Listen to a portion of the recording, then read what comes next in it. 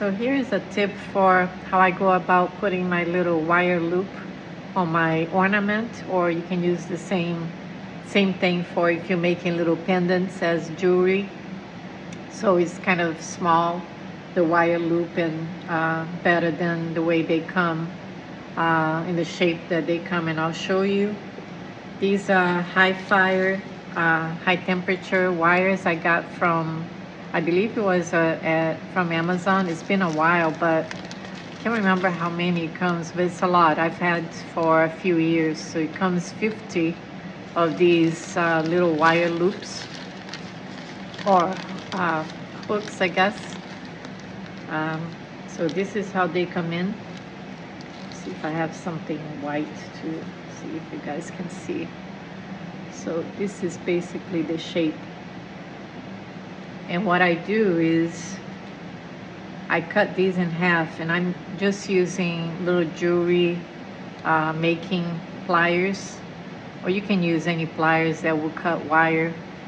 These are just kind of small, so it comes in handy. I already had it. So you can cut it in half like so. So then I use each part of these to make my little wire loops. And like I said, you can use them for jewelry,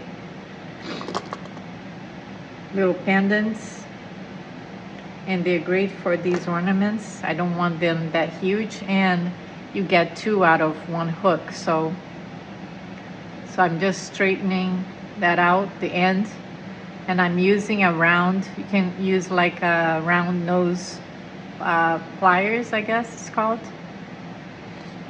This one is also for jewelry making. So I'm gonna turn the end and then rotate. Actually, I wanna use the bigger loop here. This plier is pretty good because it has different diameters of the ends that you can use to make your loop. And I'm using this one here, and I'm just going around making my loop. And then once I get to here, I change to these other pliers that are flat at the end, and I just turn that side over there.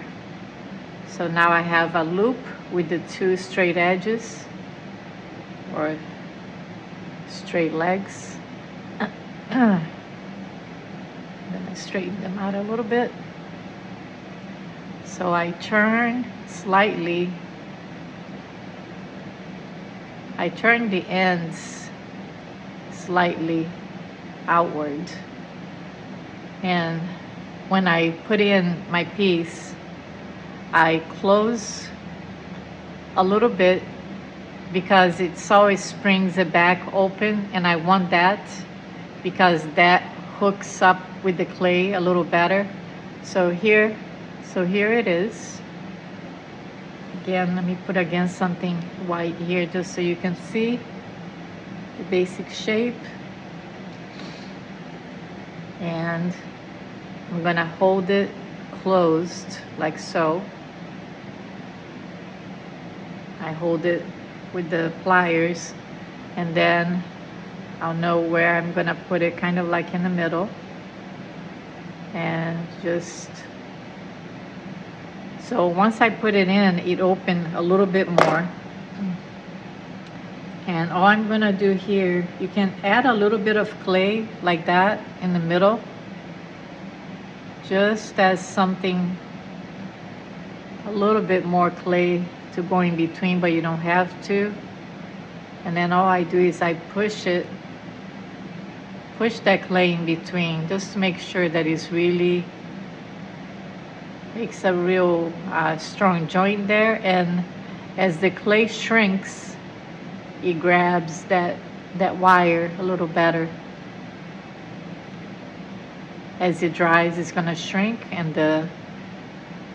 my wire loop is gonna be there pretty good. So, but you can see how it's still big enough to go through my rod.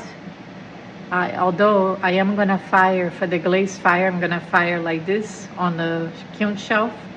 But if it is like an ornament, you just want to make sure also that it's big enough that you can still fire hanging on your rod inside the kiln. For the glaze firing, the bisque fire, it doesn't matter. But, and it is big enough, you see.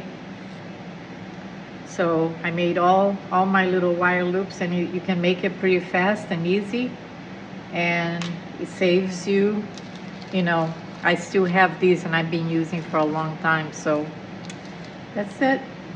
These are my little ornament hedgehogs that I made. They all have a wire on, and now they're ready to dry, and hopefully we'll be fired them soon. Thanks for watching.